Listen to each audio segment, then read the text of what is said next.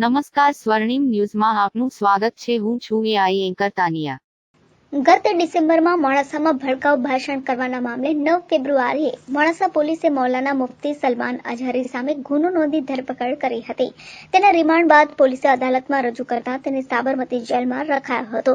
ત્યારે અમદાવાદ પોલીસે મૌલાનાને પાસા હેઠળ વડોદરા જેલમાં ખસેડ્યો હતો.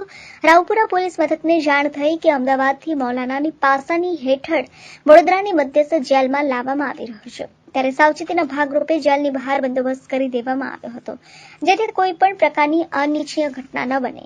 આ વાત ફેલાતા મુસ્લિમ સમુદાયના લોકોના ટોળા વડોદરા જેલ બહાર જામ્યા હતા.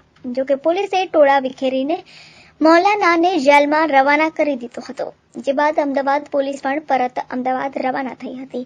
હાલમાં મૌલાનાને સરકારી ગાઈડલાઈન મુજબ ક્વોરન્ટાઇન બેરેકમાં રખાયો છે.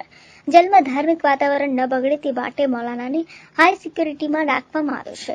મૌલાના ઇસ્લામિક વિદ્યાર્થીઓમાં લોકપ્રિય છે. બ્યુરો રિપોર્ટર, સ્વર્ણિમ ન્યૂઝ.